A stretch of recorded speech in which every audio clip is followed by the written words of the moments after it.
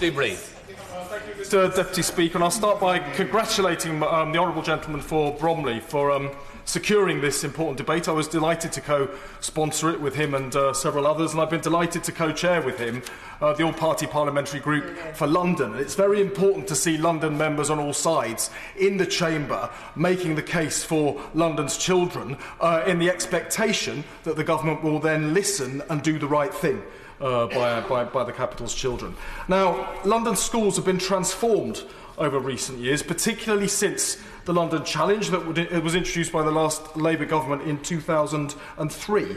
It pushed the performance of London's children above the national average, where they have remained ever since. London students outperform their peers at both GCSE and Key Stage 2, and they have the highest rate for any region in England for GCSE Maths and English.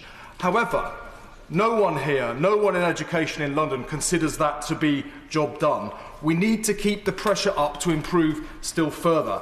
In a globalised economy, London needs to compete with the best in the world, and that means no reductions in funding that undermine our schools, our heads, our teachers, our parents, our governors, and above all, our hard-working students. Now, the honourable member for Beverley and Holderness said it was pernickety to keep your education promises. That's not pernickety, it's a matter of trust with the electors, and to breach that trust, as the government does time and again, is absolutely the wrong thing to do. All schools deserve fair funding, and as my honourable friends have said during this debate, that means levelling up funding, not levelling down. London councils estimate that London schools could lose around £260 million a year from their budgets as a result of the government's proposed new funding formula. Some London boroughs are bracing themselves for a loss of up to 20% of funding for every school. Cuts on that scale would push education backwards in the capital. Now, to completely protect schools funding for all schools that stand to lose out, the government would need to increase the block grant by £514 million a year. That would give all schools the resources to match the country's best performing schools. Now, clearly that is a very significant amount of money, but it is a fraction of the cost of forcing 18,000 maintained schools to become academies, estimated in some quarters as high as £1.3 billion. Surely a deranged proposal that would distract many of the best schools from providing excellent education and force them to focus quite unnecessarily on governance instead. Over 80% of those schools are already rated as good or outstanding, so it beggars belief that the government wants to undermine their success with these unnecessary and dogmatic changes. There is no need to penalise children in London in order to increase funding elsewhere. Education can't just be seen as a sunk cost. It's an investment that gives young people a better chance in life and boosts economic growth with a better skilled workforce that benefits all of us. Now, I'll give way, Mr Deputy Speaker, we're talking about a better chance in life, a more skilled workforce.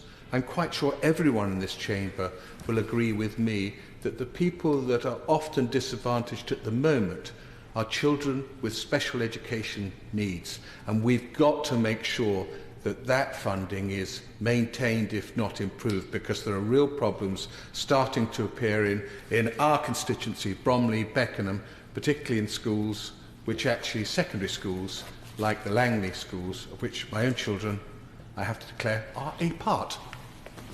The honourable gentleman makes a very important point. I'm glad that he's raised it. I would be astonished if anyone in the chamber disagreed with him, but he's quite right. We need to keep a very particular eye on the support that's available for those children because of their vulnerability and because they have not been always supported properly to achieve the things that they should be supported to achieve. Now, I'd like to focus for a moment, if I may, on the situation in Croydon. Our borough's funding per pupil is £592 lower than the London average. We have the biggest shortfall of places in the country, and over the next 5 years, the number of primary schools in Croydon is projected to grow at twice the London average. Croydon faces a huge demand for new primary school places that the government cannot continue to ignore, and which the government cannot exacerbate with funding proposals that will further disadvantage children in our borough. Now, a particular problem, and it's been alluded to elsewhere in this debate, is the fact that teacher pay in inner London boroughs can be up to £5,000 a year more than in outer London boroughs. And if you're a school right on the border, like several in my constituency, it can be hard to attract teachers who can earn so much more money at another school that may be just a few hundred yards away. That is an anomaly that needs to be addressed in any new formula. And so that government ministers don't misunderstand me, I don't mean that it needs to be addressed by cutting pay in inner London. Now, the honourable gentleman for Beverley and Holderness asked why anyone would question the government's motives over this issue. Well, one of the reasons parents in London are so fearful for their schools is the way that the government implemented the Cuts Relief Grant, the Transactional Relief Grant, earlier this year. Under that scheme, intended to ease the pain of local government funding cuts, £300 million of funding was made available, but all the relief went to wealthier areas that had experienced the fewest level of cuts. Surrey got an extra £24 million to spend, while Croydon got a further £44 million of cuts. It was nothing more than naked party political gerrymandering. And if that happens again with schools funding, London's children will suffer.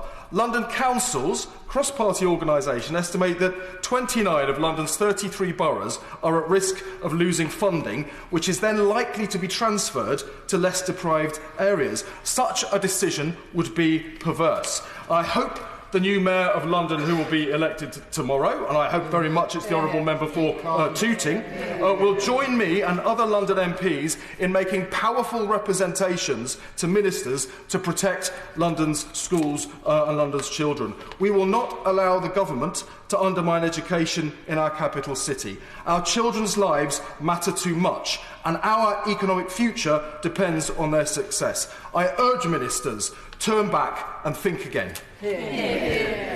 Stephen Timms.